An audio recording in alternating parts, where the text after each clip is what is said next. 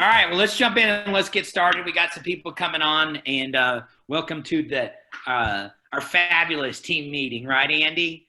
For Fabulous.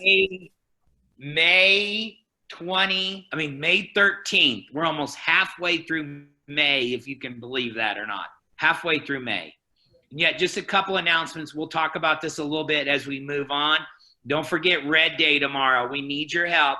Red Day is our food drive for the East Fort Bend Human Needs Ministry. We're looking to fill up that pantry. The truck will be here at the office. Imagine this is a great way to make your contacts. If you're in bold, do your bold contacts. Reaching out to 40 people. I would tell you is if they would just leave it on their front doorstep, you'll go by and pick it up. They're more than welcome to drop it off here at the office from 10 to 1. And you can bring it in as well. So if you got some people that are some hoarders, right, because they're the ones who stocked up on everything and now they realize I really didn't need that much, this is a great way to really partner with the local pantry to help out people in need as well. And that pantry is in need, by the way, what's just going on. So really use this as an opportunity to reach out, get back in the community, and make your contacts.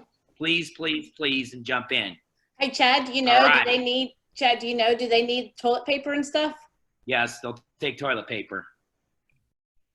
Hey, Kathy. We got our hoarders that I know one of our agents grabbed too much toilet paper. Why don't we go back and give that to the local pantry to really help them out? All right, let's jump into our meeting and get going. We're starting to get up some participants. Thank you, Kathy, for joining again. We're letting Mona jump in here at the same time. Here's the biggest thing why I have you guys on. If you've looked at your gross commission income compared this year, compared to where you were last year, you're up. So you're up during a crisis and a pandemic. So that's fantastic, and you have some challenges. Forgive my dog in the background. Hey, Thunder. Okay, before we get started, Amber Rutherford, who was our bold coach, was leading a webinar just like this. And in the middle of it, she forgot to lock her door. And her daughter comes up to her in the middle of it and she goes, "Mommy, I have diarrhea." If that's not the greatest Zoom call that you ever had as being real, and everybody gets it, right? Everybody gets what we're in. We got kids, we got things in the background. So let's jump off. Kathy, you start. What are you experiencing right now? Well, I mean, today or in general, today is kind of quiet. It's okay. Quiet, but you know, numbers are up in general. We're being creative, obviously, to try to connect with people. What we're experiencing, I guess, I don't know, like this week and last week are different. But I sometimes don't have a bigger awareness of really what's going on out there other than here. So Mona might be able to answer some of this a little bit better. I don't have everything's good. I don't really have a specific thing to say here. Okay, that's all right. All right, Mona, what are you experiencing right now? So in my world right now, the market is picking up. April in terms of new listings was slightly slower. Our team was only able to put one in the market in April. We had a bunch of closings, so April was good, but the April closings was from the residual of February and March kind of coming through in April and closing. In May, our team is going to put up 5 to 6 listings, so things are busy. And I think those that are motivated are looking to still sell. I have a lot of people in my pipeline, sellers that have been in my pipeline for maybe 4, 6, 8 months. And so every single day I'm lead generating, calling clients, checking in with how things are going with COVID. And finally, the sellers are saying, okay, Mona, we're ready to put the home in the market. A lot of, I think, the lead generation that we do every day as agents, it's critical to our business because that lead generation and the ongoing momentum that we provide, even during a crisis situation, just reaching out to our folks is now paying off. Over the past 7 to 8 weeks during COVID, my me and my team have been working extremely hard, just lead generating and touching all of our clients. And that, I think, has really made a huge difference in the amount of listings that we're going to be picking up now in May and June. All of a sudden this weekend, our team got 3 amazing referrals. And when I tell you the stories of how it came about, I mean, it's just, it's interesting. It's like someone got my card at a networking event, and then I got a referral from that. The other one was someone I showed a property to in Riverstone. He wasn't even interested in working with me, and he referred me to a client who wants to sell their home in Telfair. And another was through my marketing strategist, and I have a listing appointment tonight, which I'll hopefully get. So I think for the volume over here, things are picking up. Sellers that are motivated are looking to sell. Buyers are now back in the mode, and we are doing business as normal, and things, in my opinion, are picking up since the summer is about to really start. We're here. The peak is here. Okay. All right. Very good. Kathy, listings. We see in the market that we're down in listings in the office as well. So what is your team? What are you strategically doing to get the listings and get them on the market? Well, we're reaching out to people that are on hold, obviously. We're doing the same lead gen. Just, we had a semi-okay. I mean, you know, we were busy up until a couple of weeks ago. I think that, you know, it's just a natural lull for us, but we're not seeing a huge impact yet, or maybe we won't. We're still very much out there lead genning, and the open house thing is, I think, impacting us. We had so much emphasis on open house that we've had to become very creative on how to reach new people. We really depend on the new people. Reaching back out to our old ones is great, and our database has been working. We really have that hunger for meeting new people and creating new relationships, and that's harder now, obviously, and you have to be creative on how to make that happen. And that could be a reason why, you know, our listings are not taking off as quickly as they should. Mm-hmm. Okay. Any insight on listings, Mona? I would just say that now, like I told you guys, it's picking up. I think for our team specifically, we are heavy into marketing. So regardless of what's happened with COVID, I know for myself, you guys see me all over social media. Consistently, the marketing that I've been doing through social media, through emails, through mailers to people's houses, and, you know, I have a full-time marketing person that works for me. That marketing has really paid off now. And I think it's the consistency of the marketing, regardless of COVID. I'm still every day posting something, doing videos. And when people think, okay, who should I call for real estate? I feel like our team has done an amazing job to be top of mind. So that, to me, is the success of how we're moving forward despite the crisis. Our strategy is not always building up. A bulk of our business comes from our database. About 90% of my business comes from my database. About 5 to 10% kind of comes from social media.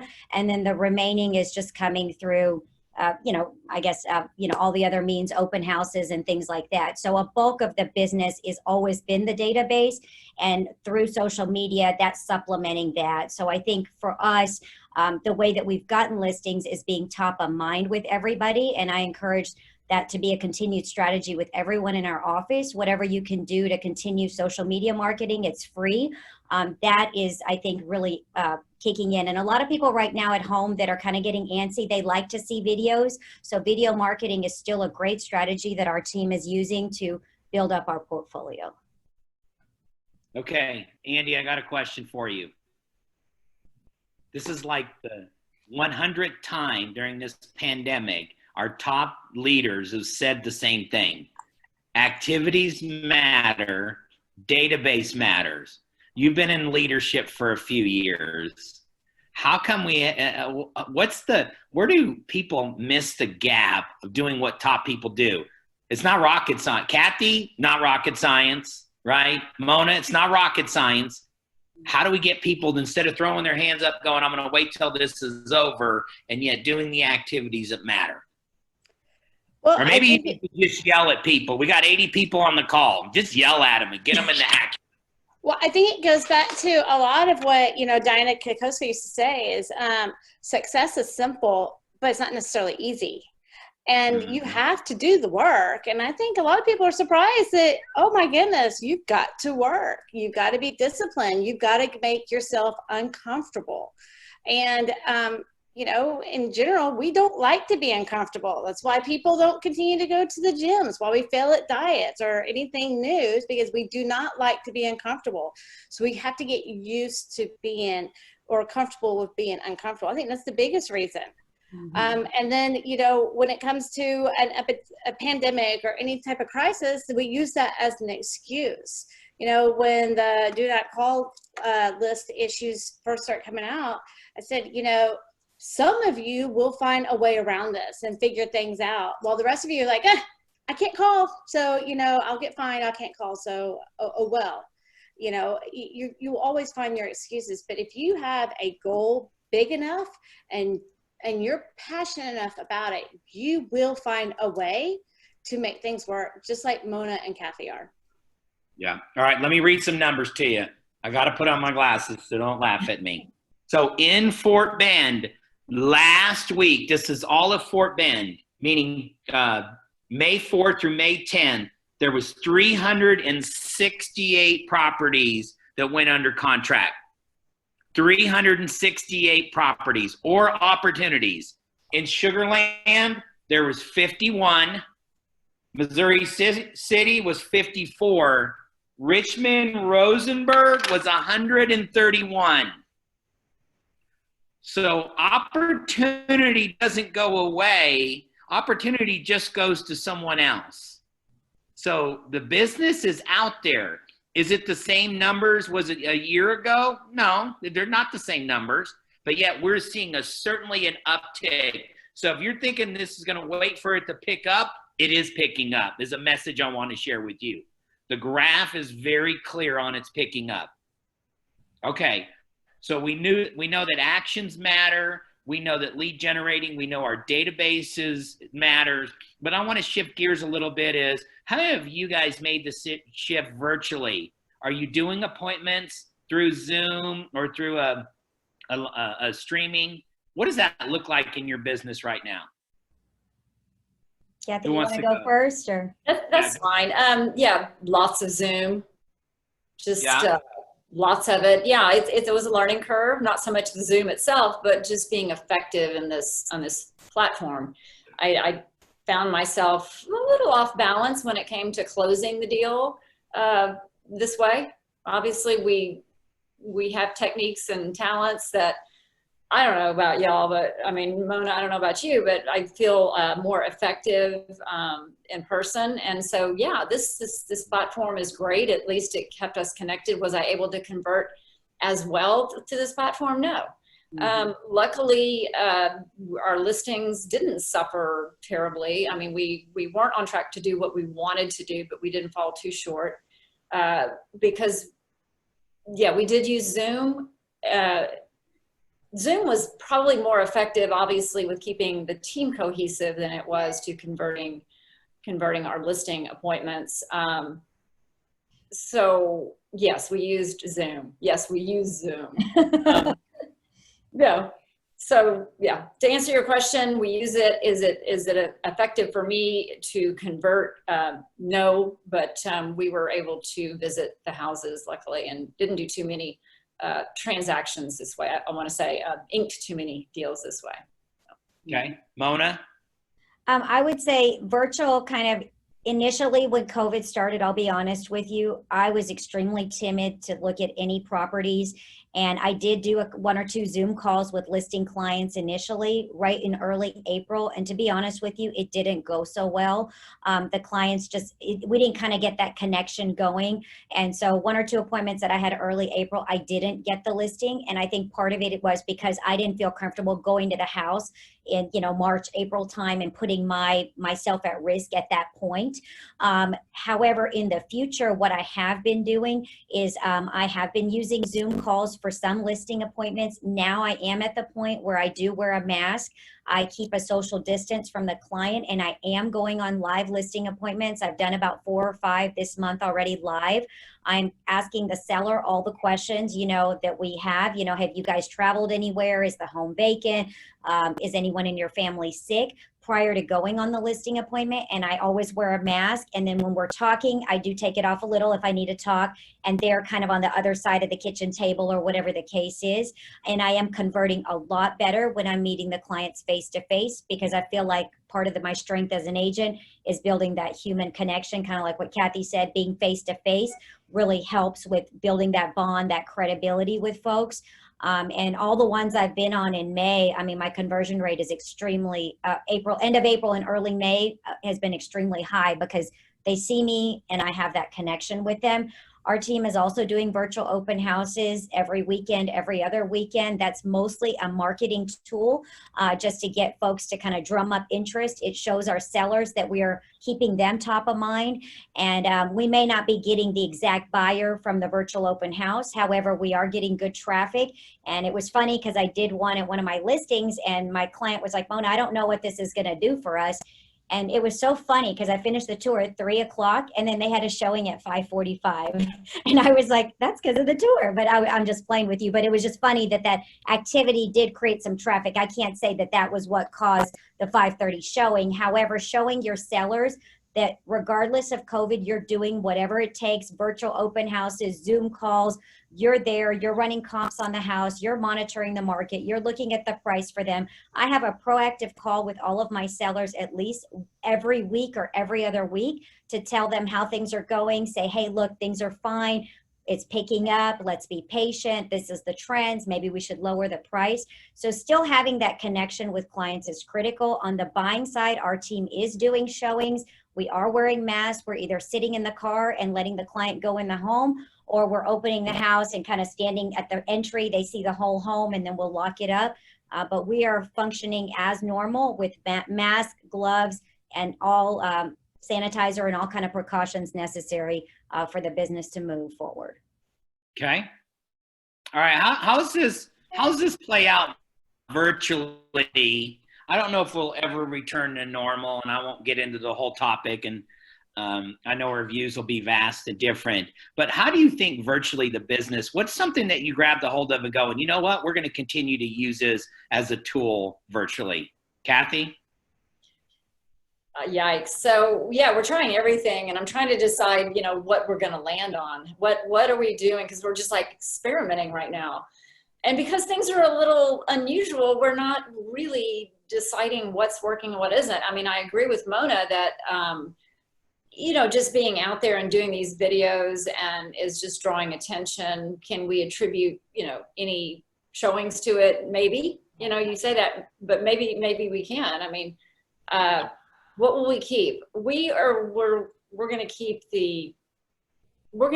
doing the virtual tours, the very hands-on, personal, fun, you know, come with me to the house kind of a thing. Not so much the professional ones that you order from the photographer, but this is going to be something that we're going to connect with people. I think there's a real, I think people will react to that best. So yeah. That's Our chat glitched on us here.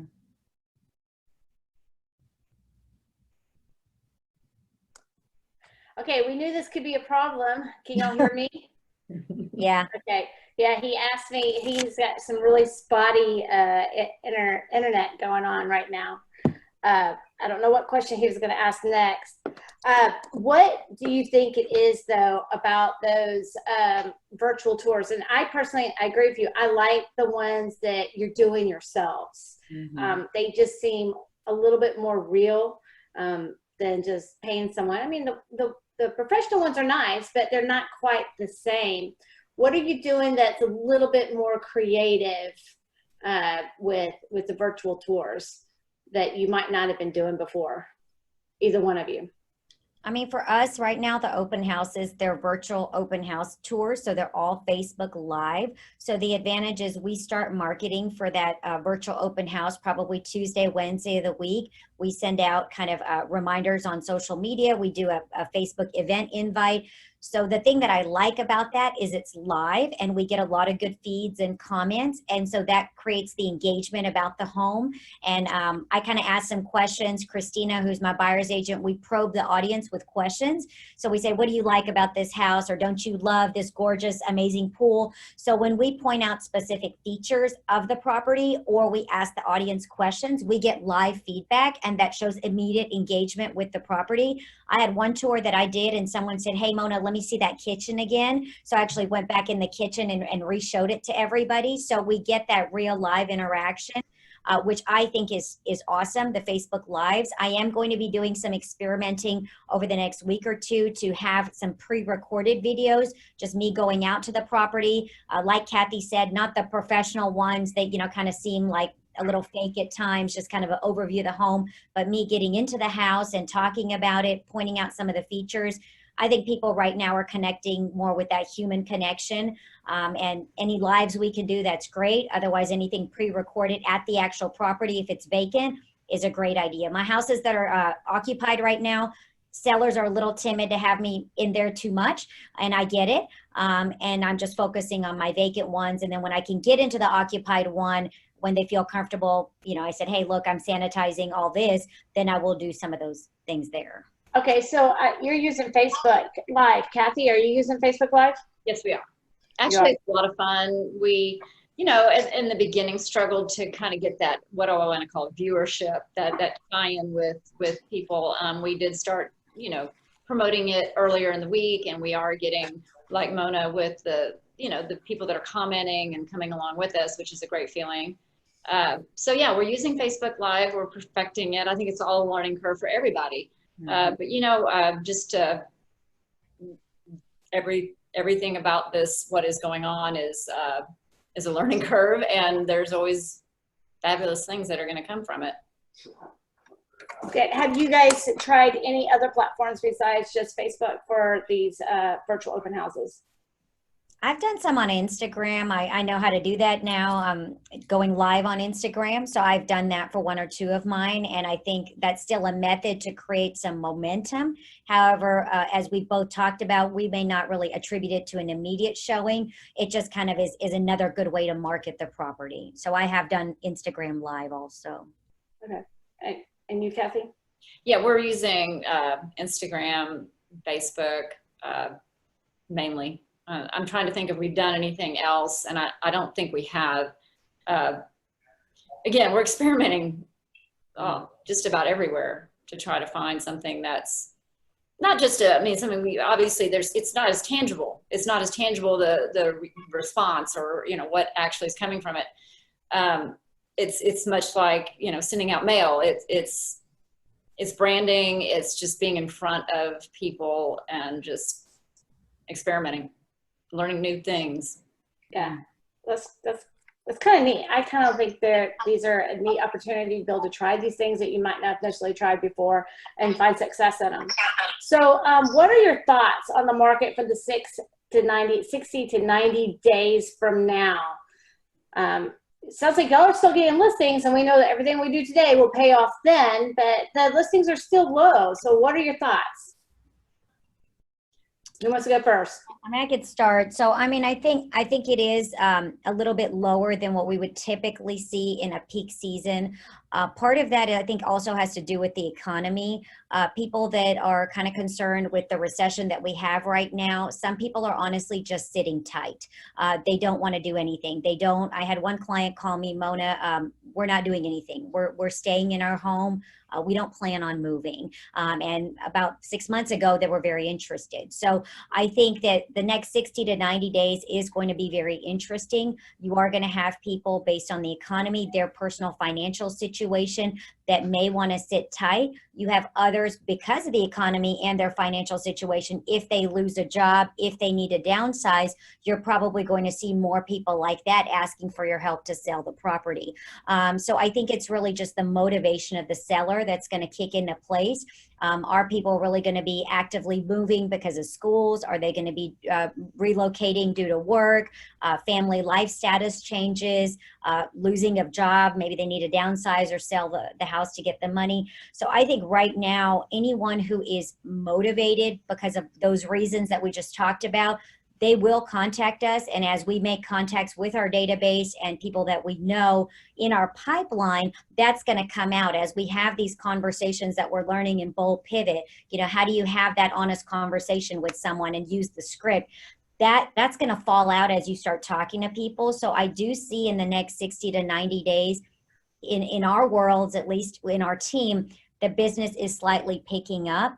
And like Andy, you said, we may not see the fruits of that hard work right now in May, and we'll probably see a lot more of the closings coming out of our listings probably in the July, August time. And we're okay with that. And I think it's a little bit slower than normal. However, the positive is it is picking up. Restrictions are being lifted on COVID. You know, the gyms are opening up. Some of the restaurants are opening up. So people overall are feeling a little more comfortable to do things, not just generally socially, but also with real estate. And I think that is a positive sign for our business. That's good. What about you, Kathy? What are your thoughts? Oh gosh, the future.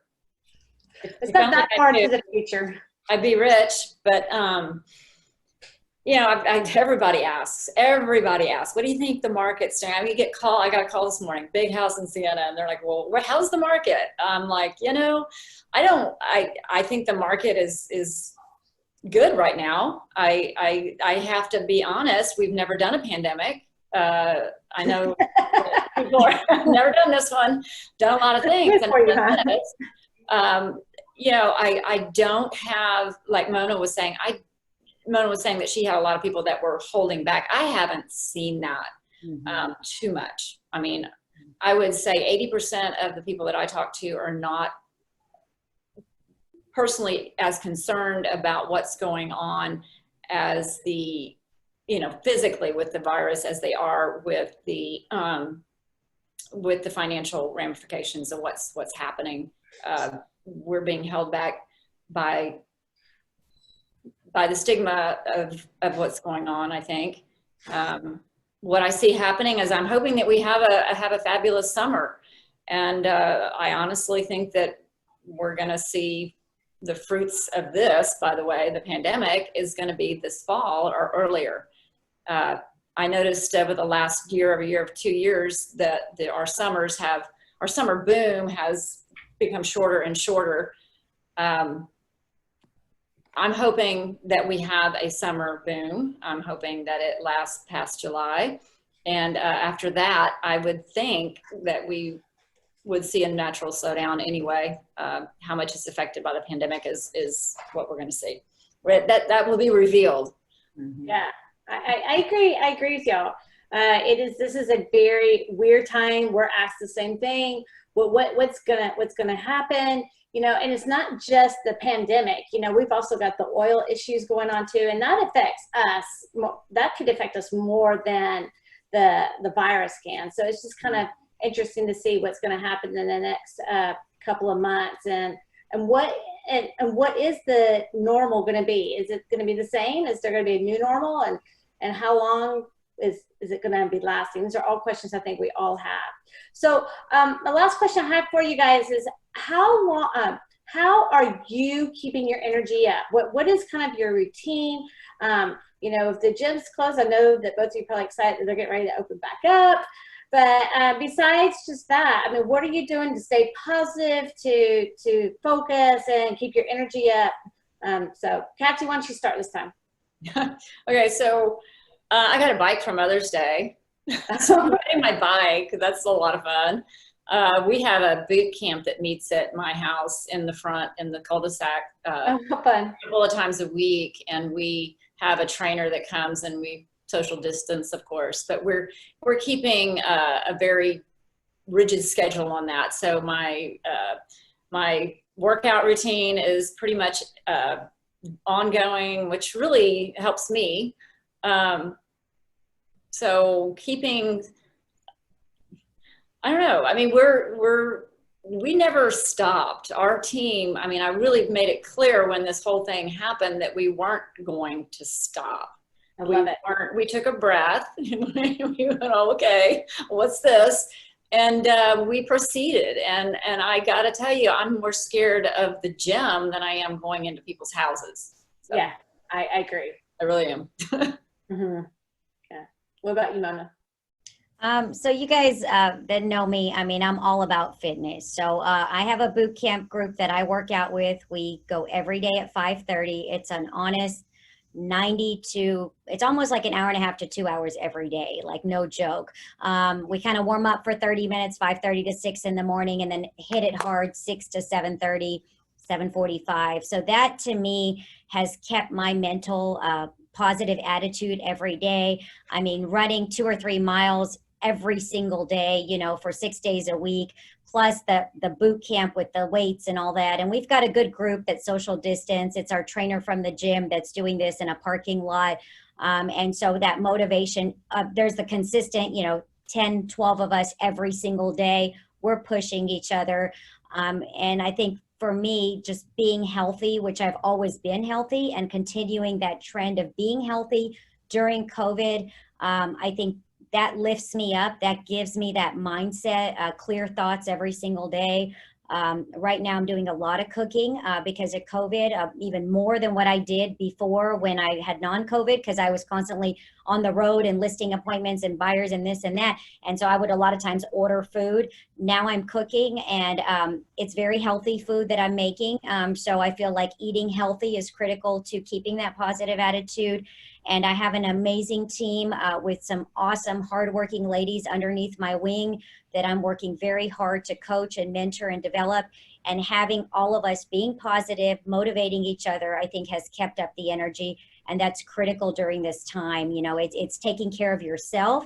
It's taking care of people, that making sure that people work for you are taken care of, they're happy. And then I also do a lot of things to give back to people. I'm part of several charities and nonprofits that I'm doing and helping out right now. And for me, anytime I do something with a kind heart and I help others, whether this morning at the boot camp, I made some lentils last night. This 2 people really wanted to try them. The boot camp is 3 minutes away from my home. I brought them lentils. They had it for breakfast. They were like, Mona, you're amazing. I mean, the small things that I do for people, it makes me happy when I am doing something for someone, the smallest things, and I put a smile on someone's face gives me positive energy. And so doing that, having the gratitude calls, reaching out to people keeps up my energy, because I thrive by making other people smile and being kind-hearted. And I think that has helped me personally and the business tremendously. That's good. I do have one question that Chad did not have written down, though. So since you both run teams, I am curious, have you experienced where some of your team members might be very reluctant, or, you know, I don't want to say, just kind of freaking out a little bit about the virus? And if so, what have you done to kind of talk them off the ledge? Either one of you experienced that, Kathy? We're all of us are pretty much keeping everything in perspective. I mean, we're trying to wear gloves and masks, and you know, that worries me with the buyer agents. I want to make sure that they're doing all the right things. I don't want anybody getting sick. We have one member that's that we're trying to talk off the ledge. Just one, though. We only have one member that's kind of uneasy about this. I think the majority of us are keeping it in perspective, doing the right thing, keeping safe. And so we have a pretty good balanced attitude about it. Okay. What about you? With the exception, and I'll just go ahead and throw Sherwin under the bus right now. Love me some Sherman. Love you. What about you, Mona? And I think my staff is, everyone's working from home. We do have team meetings once a week for an hour. I have one-on-ones with each of them via Zoom call, so I can see them once or twice a week, twice with my buyer's agent, once with my normal staff. They were initially kind of hesitant. They're not really ready to come into the office, and I'm fine with that. However, my admin does come in usually once or twice a week when I need certain immediate things done. And I just told her, I said, look, you can sit in my office, wear a mask. Usually I tend to come to the office a little later. And so she'll come in right at 9 in the morning. So by the time I get there, she's already gone. She does what I need to get done. And then my marketing lady, when we do videos, she does wear a mask and stuff and gloves. And I mean, I took pictures showing my staff. I mean, I'm showing properties. I've got my mask, I've got my gloves. Christina, my buyer's agent's doing it. We'll text the team pictures.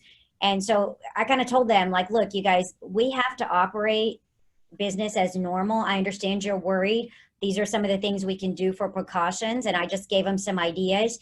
And now generally when it's essential and important, they will do what it takes to get the job done. I'm not asking them to do things outside of the scope or coming into the office or showing buyers, you know, tons of properties. It's just whatever's within the scope that's essential that needs to get done. I ask them to take COVID precautions to get the job done, and they understand my expectations and they're open to that. And so far we haven't seen anything with anyone kind of saying, no, Mona, I'm not going to do that because of COVID. I mean, they will do it, you know, as long as they take the right precautions. Okay.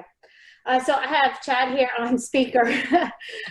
Chad, do you have another question or anything else you want to ask? I think I have him on speaker. Chad? I was on mute. Sorry. Okay. my computer went totally out, so and now I'm rebooting it to get in. That's not the perfect time to do this. So do you have a question or anything else you want to add to this? No, I think that was fantastic information that they shared. So if Norman can help you get the panelists on, just ask them for any final thoughts. What's the one thing you want everybody to hear? Final thoughts, guys. Anything that you wanted to share that we haven't asked you, or just something that's kind of popped up to you, or aha, or inspiration you want to share with everybody? I would say one thing that I would share is, and I told my team this the other day, and some of the people in the market center are calling me. I think it's like you can have, I'm trying to think of the bold law, how we say it, but it's kind of like what I tell my son. You can have excuses all day long, or you can execute and get the job done. I know there's a bold law, reasons, or what is it, Andy? How does it go? Do you remember? You can have reasons or results, but you can't have both. Right. You can have reasons or results. So I think for everybody right now, it's mindset. And it's, you know, I've talked to some people in the market center. Some people have actually called my cell phone saying, hey, Mona, I'm struggling. Can you give me some advice? The business is slow. Nothing's happening. There's COVID. And I kind of just keep it real. I'm like, I understand where you're coming from. However, have you started to lead generate? Are you calling folks? What are you doing? Because all day long, we can have excuses for why your business or our businesses is not going the way that we want it to go. However, those that, you know, really rise to the challenge during this time and they keep up with the lead gen and they do what it takes, that's when you're going to realize the success of your business. And so like we said at the beginning, success is simple. It's not easy. So in order to weather the storm of a recession or COVID or whatever it is, you've got to keep at it every single day. You can't let your ball off of the target. You know, you have to have a laser focus and make sure that you stay positive, you do what it takes, because I promise you, if you do what it takes, if you lead generate to a high level, Bold Pivot says make 40 contacts a day. If you're doing everything at a very high level, despite the pandemic, your business will kick in and move in. And it's a matter of taking the actions and getting it done versus coming up with, oh, this, oh, this, oh, that. So I would say, you know, keep your head strong, keep at it every single day, have the right attitude, and drop the reasons and work hard to get the results. Well, I want to thank both of you for your time. Mona, your lentil recipe has been requested, so maybe if you could put that on the Facebook. I'll put it on my blog. Yeah, put it on the Facebook group chat. That would be great. Okay. You know, I don't think I'm a lentil fan, but hey, maybe I'll try it too during this time. So, so that'd be awesome if you posted that recipe. And got some encouragement for Sherwin out there too. People are saying. So anyways, guys, I really appreciate you coming. And Norman, if you could switch the screen for me, and that would be fabulous. Thank you, guys. Thank you, guys. Have a good day. All right. So which do you want first? Oh, there he Oh, is. there he is. He's back. Now you're Hey. back. Just so you know, I did have a plan B. I sent the questions to Andy, and I said, Andy, I'm having some connections and computer issues. If something was to go wrong, I need you to pick it up. And that's why I got a great business partner and wife as well. Did you really think I needed your questions? I still wanted to be in control, so I felt like I was Okay. off and I was still in control. You guys are awesome. I love all the things that you see. Such just simple business principle, life principles that you live by. Right. And it shows up in a crisis. It reveals what's under your hood and your work ethic. I hear both of you come across. I know you guys work hard. Keeping yourselves healthy and your energy that comes out all the time. It's just revealing you have a healthy business in life. Yes, you got some challenges, right? And your greatest challenges for both of you are people. And it'll be your challenge probably 12 months from now. Leading Forever. people. Yeah, You know especially that. if you got a guy hiding who works for you. Is an important part is hiding under his desk, right? I mean, at his home. He has For real, Kathy? under the bed. Oh my Yeah. God. You know, I want to say awesome. one of the big ahas I took from both of you, and I find, and so it's kind of, it's no wonder that you both are up during this time, is that you talked about your routine. You've kept your exercise program up in the mornings, getting up. It's that routine, and it's so easy this time to kind of like, what is my routine? And I know my routine has fallen off completely, kind of mainly having the little kids at home doing that. But, you know, that is big. And I think that goes to your success that you're having and not letting things change. One was the mindset.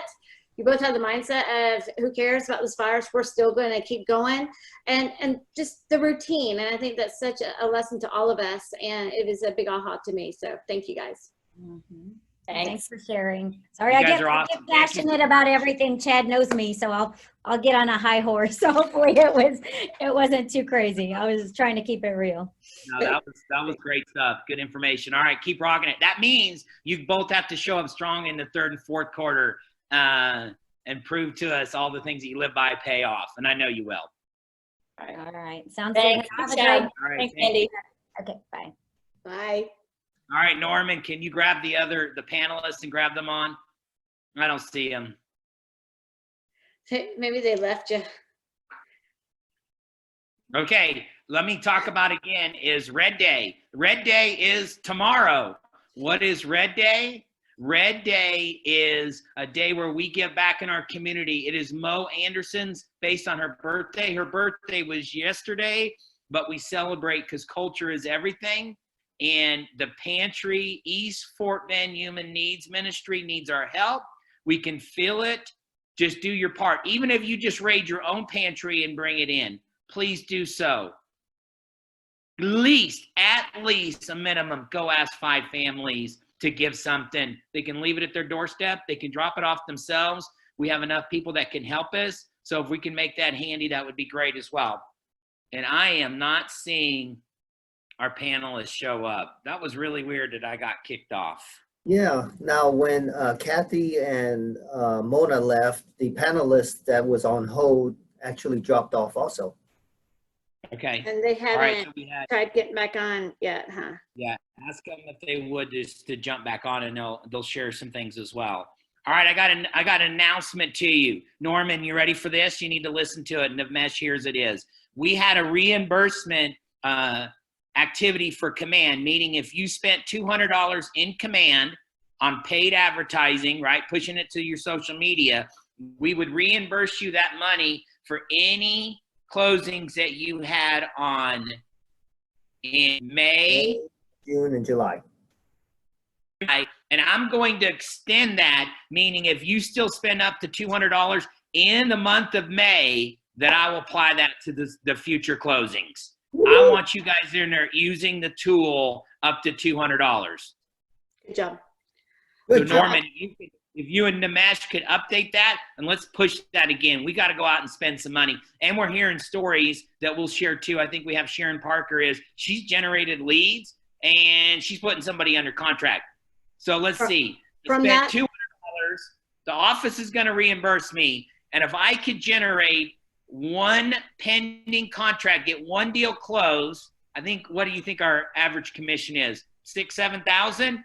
Anybody Easy. else spend $200 to get a return of $6,000 to $7,000? I think that's a pretty good return. Wouldn't you say so, Andy? I'd say so. Better than what a lot of you guys are spending money on, that's for sure. Yeah, let's go out and use that tool. It's a great feature, and we want to reimburse you too and have the opportunity. All right. I have no idea. I think I might have screwed up this webinar. And don't leave me just because I got off and we don't have our panelists going on as well.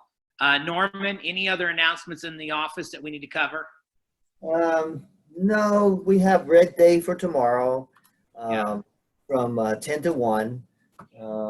Food drive. Let me see if there's anything else. Red Day. No, I don't have anything else. Just remember that, you know, we are slowly opening the office back up.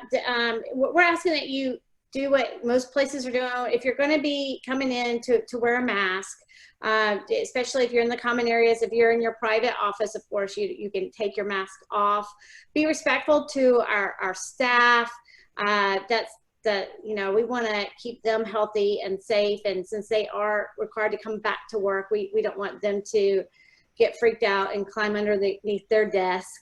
And just because if like, say you don't office at the office and we didn't put that on the list, it doesn't mean you can't come in and do what you need to do. We're just still trying to keep the social distancing and put a plan together. That was just kind of our outline. It doesn't mean that you can't get fit into that outline, but just be very cognizant of others. And guys, like always, if you are sick, if you have a cough, a fever, been around someone, please don't come in. We want people to be able to work. We want to be able to work. And if we had someone that came in like that was positive, then we would have to shut the office down and have it deep cleaned again. So, okay. Looks like we've got our other guests on now. Yes. All right, let's go, Dale. What do you got for us today? All right, so with some changes with people going back to work, one of the new requirements, it's going to be there for people that were either furloughed or laid off, is that we have to now verify that their income is going to continue.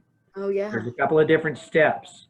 So if the people have taken jobs and the job is going to be paying the same amount of money, let's say you were a salaried employee, we do a verification with the employer to verify that, and we're going to require one pay stub to show that income has continued. That's one scenario. Another scenario is that if a person who's already pre-qualified in the system looking to buy a house goes back to work at a less amount to work, as far as his pay, that will be required to verify that and require 30 days of pay stubs. This could potentially push out some closings. So I want you all as agents to be familiar with, have you still started your job? Are you making the same amount of money or less? We have to verify that. Some of the people that have potentially gone into forbearance, put their mortgage payments on hold or some other things, we have to verify that they are now out of forbearance. This is important because the lender is going to also want to know the reasons that you chose to go to forbearance. They want a letter of explanation in regards to what happened that you felt that forbearance was your only option. And it can't be because I wanted to extend or not make my next 4 or 5 mortgage payments. It needs to be because you had hardships, you were affected through COVID, there was an illness in your family that affected you, you were laid off of your job. The lender underwriting is required to verify that that's accurate information.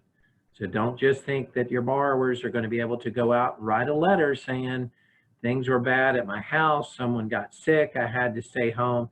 It's going to be verified. So the idea that I just wanted to save, the next 5 or 6 months worth of payments is not going to be acceptable. The CARE Act that was enacted allows for someone to request up to 12 months of forgiveness on their mortgage without being foreclosed on. So We're still waiting to see what that's going to do to people down the road, if payments are going to be made or required to be made or added to the end. So some of your buyers that think that in the next year go into forbearance, they delay a bunch of payments and think that they have a bunch of equity in their house. All of those due payments may be added to the loan amount and potentially eliminating the equity they have in the house to be able to apply for the new purchase. I want you guys to be very, very aware that that could impact some of your sellers as well as potential buyers. Okay, a lot of information, good stuff. Sounds like we really need to be kept and updated on all those changes and possibilities. I have a question. Dale, what are you seeing the interest rates are right now? We're seeing interest rates are finally starting to come back down to where the market says that they should be. There's kind of been some resistance, partly because of a high amount of volume, number of people looking to buy and or refinance. We're seeing current mortgage rates with great credit at about 3.25% on a 30-year term. 15-year numbers are closer to 2.75 right now. Wow. So this would be a good time if the agents were interested in refinancing their own homes. It would be. Again, know that we've got to prove that you have income. Yeah, So income is that something that you're able to help them with? Absolutely. Love to be able to help them with that. The information, we can sit down, we can chat, we can talk over the phone.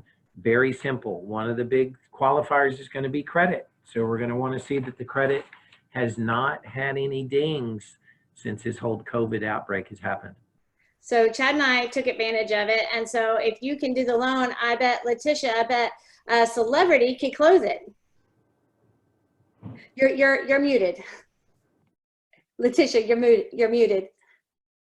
You're talking and we can't hear you. I'm talking to myself. I do that Yes. sometimes. I just don't answer myself. That's when you get crazy. So yes, but Celebrity Title will be happy to close anybody's closing that comes through and uses ANCAP or just needs closing period. So they're always here, definitely. Is it my turn? And I've been wondering since you last announced, how are the electronic notary going? Has that been effective? Are banks doing it? Actually, yes, that was one of the things I wanted to talk about. Recently, I've seen a huge increase through our 3 branches on using that.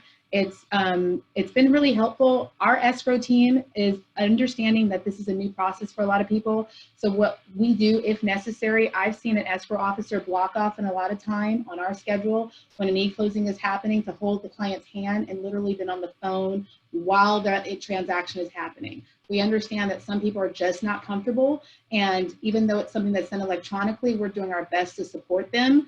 And so that's one of the ways that we here at Celebrity Title are doing that. We're still walking them through and being a person there that they can bounce off to if they have any questions or not feeling comfortable with something, because those docs are actually sent over from Celebrity Title to the e-notarization company, and so we know what they're looking at.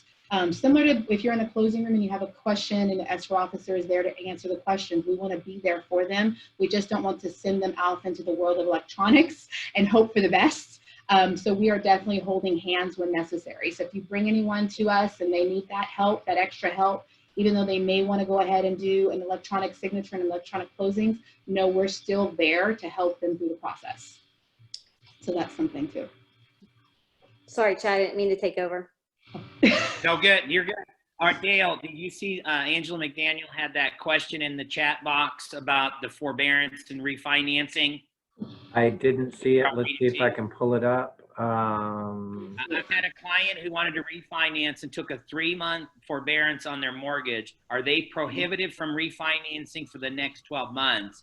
If they exit forbearance and make their payment, can they refinance immediately? Great question. Yeah, it's a great question. They can. They're going to have to catch it up if payments are required to be caught up. If the payments are added to the balance, they can do that. Again, the big issue on a refinance is your loan to value. Does it make sense? If we're looking to eliminate mortgage insurance, PMI, it's going to be obviously based upon the appraised value, but also the loan amount. And so if they're adding payments to the end of it, it could impact it, but they definitely can. as long as they are out of forbearance and they start making their payments. It is a possibility. Okay, great. I All see right. One question or one comment that I had, I know that the e-signing and the mobile notaries and all of that is a big deal right now. The lenders are the ones that typically either approve it or not approve it. So the title companies can and do have access to it. A lot of the lenders don't have the software in order to do that. So I think that is something for people to understand, that it's not just that it's not a possibility through the title company and that they would do it, but the lenders have to do it. Secondly, because we have people that don't want to go into a title company and you, the agent, find a mobile closer or mobile notary, doesn't mean the transaction is going to happen. Title companies, just like lenders, have preferred people that they want to work with because they do things in compliance. And they're underwriters. correct. It's the lenders, it's the underwriters too that have to both approve that e-notarization. Correct. We just kind of facilitate that. We have to have both of them approve it in order for that to happen. So you're definitely right with that, yes. Exactly. And so because you know a mobile notary that can do it and they've come to the office before, doesn't mean that that notary is on the good list with the lenders and the underwriters and the title company. So I just want to let you know there are specific ways that you need to make that happen.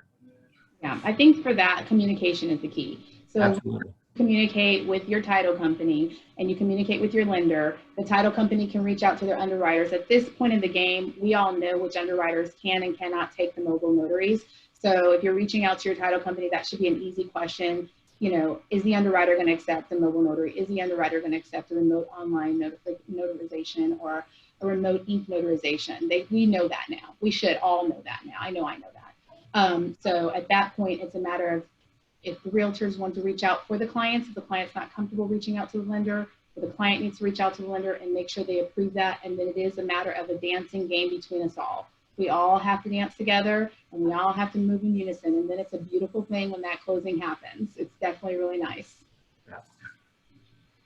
Okay, Nimesh, I had exciting news. Did you hear my exciting news? I did not. You hide me and I can't see the entire team meeting. So what was it? So the exciting news was we had the reimbursement of up to $200 and I did extend that through the month of May. So All right. you can still take advantage of it. And the reason I did was because an agent reached out to me and go, I just realized and I missed it. Would you extend it? And I went, sure. It was that easy? That simple? Sometimes you got to ask, right? Okay, awesome. Can we Okay, cut go our ahead. caps Take in it half? away. Can we cut our caps in half? No. Oh, Andy, that was for Chad. Okay. All right, here we I go. know myself now. All right, I'll wrap this up pretty quickly here. Not as many updates today. Kelly updates. Kelly notifications are back at full swing. So when you do those ads, great segue, Chad. So when you do those ads in Command, you will get those lead notifications immediately through Kelly notifications. All right, so make sure those are active. Contacts updates. There was a lot of contact updates. All right, so make sure you check those out.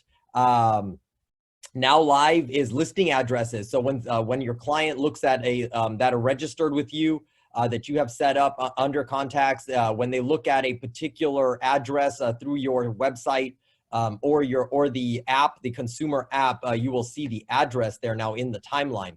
Okay. And now you can add as many saved searches for your clients as you wish. Okay. So if you go to the saved search all the way to the right in the contact card, you can actually have saved parameters for your client searches. Okay. So those are also live. And you can do as multiple parameters. You can set multiple parameters for that client.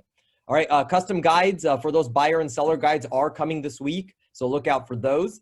A big new announcement was affordability calculators are now going to be in the app and the site. All right, so you're going to on sites. So you can actually have that affordability calculator built into your site now, and it will be in the buyer's guide on the app. All right, so that's definitely coming soon. So that should be pretty cool. Video tours are now available for you to slide into the site and to the app. Okay, so that'll be pretty neat for your for the virtual tours. specifically ones that you can actually upload. It doesn't have to get imported from HAR, okay, and Matrix. Cool new feature is that actually now when the consumer is looking at listings in the app and they come and want to scroll through the pictures, they can actually flip it now to landscape mode. The picture will become larger and they can pinch and zoom in and out. So that was a feature that was not there that is actually there now. So that's pretty neat. And last but not least, I want to again reiterate our command adoption. Okay, it has gone a little stagnant while we've been away. March and April, we haven't seen really any growth, and we really want to definitely push that. Command is coming a long way, and we definitely want everybody to jump in full swing. A little bit of cat out of the bag. We're hoping that compliance is right around the corner. Okay, so we really need to get going on that. We're providing training on that now to make sure everybody is coming, right? Exactly. Is all set. And so let's get in there, make sure you know how to do it completely. That way, when we do flip that switch, you can hit the ground running. Okay, so we just did it this past Tuesday. Let's see, I'll go over it again tomorrow at 9:30 and probably again at least once next week. Okay, so definitely join me for that. So let's clarify that.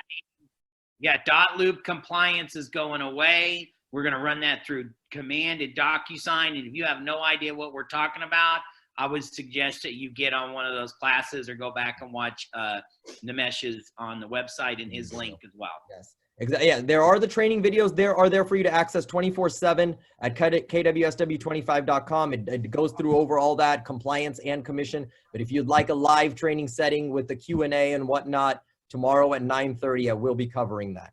Okay. Again, let's get those contacts in the database.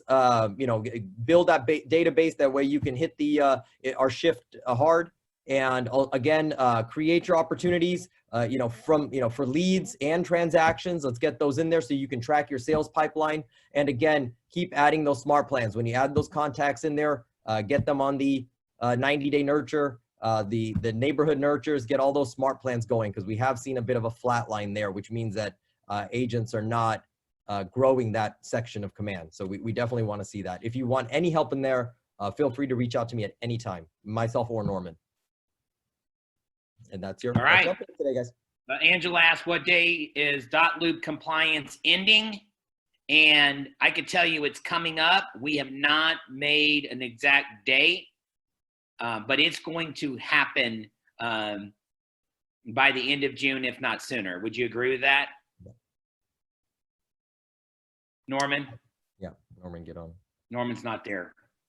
Nope, I'm here. I'm sorry. Had to unmute myself. Yeah, they're asking an exact date, and we're working through that. We're working through that. Me and Nimesh is going to be meeting and formulating some plans to get you training. And once we're done with that, we'll start rolling it out. Yeah. I'm saying soon, so just to be ready. Guys, we're not going to say, one day, oh, tomorrow's the day. We will give you some notice and roll it out. So it's just like, well, it's been years now from when we went from paper to paperless and things like that. We're going to ease you into it. It's not going to just happen overnight. Even though we may want it to happen overnight, it's not. So. Yeah, absolutely. All right. Thank you guys so much for joining us today. A lot of great information. I saw someone ask the question about open houses. Chad and I were just talking about that last week. I don't know what officially you're able to do or not. And I know some people are starting to do open houses. We still are not very comfortable with that. If it's a vacant home mainly, but let me tell you one of the reasons why we're concerned about it with the liability of it. But we did have a buyer calling one of our agents to see a house who tested positive for COVID-19 and still wanted to go see a home. So, obviously our agent said no, but that was just shocking because that client was also an attorney too. So just the liability around that, of someone coming in the house that could be sick, and we just do not know. I'm not that comfortable with it. I don't want you to put your clients in that position. I don't want potential buyers to be in that position, and you yourself in that position. I just don't like it. We'd be a little bit more open to vacant homes, but again, you're going to have to go back through and sanitize that home after someone's in it because you don't know who's coughed and sneezed and whatever. I would prefer for us to hold off on the open houses for a while, and Chad and I are going to be watching this, and we will let you know. We know that you guys want to do open houses, and it's hard for us to say or limit your activities. But at the same time, it's just the liability and keeping you and everyone safe. We just think that that risk is just too great. Guys, if you're not doing those virtual open houses, the Facebook Lives, the videos, whatever it is, do them. It's a great time. They are effective. It's working. It's what the top agents are doing. And I know that open houses are a big part of your business plan, but let's do something different. Okay, and don't forget, kwsw25.com is a resource of everything we have, from training to Zoom links to resources on the market to also all your COVID forms. It's just in one easy spot. So and use that's that. Where someone was asking about the questions for showing houses. I wrote out questions when this first happened. And so those questions are there too, guys. But you should be asking your buyers, sellers, anybody, those health questions. Okay. All right. Great information. Thank you guys for your partnership and everything that you do. We're here to help. Let's go to work, right? Actions matter. The activities matter. Get back on the phone. Oh yeah, by the way, we have this thing called Red Day tomorrow. I don't know if I mentioned that. Make sure that you bring it. Even if you just go into your pantry and bring one thing, we really don't need a lot of volunteers on the location, just kind of minimizing that to 4 to 6 people. Contact Barbara if you're interested, if you wanted to help, or Lynn today. They're kind of reading that as well. But let's fill up that pantry. Get out there and pick it up from your clients. Yeah. Thanks, guys. Right. Appreciate you. See y'all Take later. care. Bye.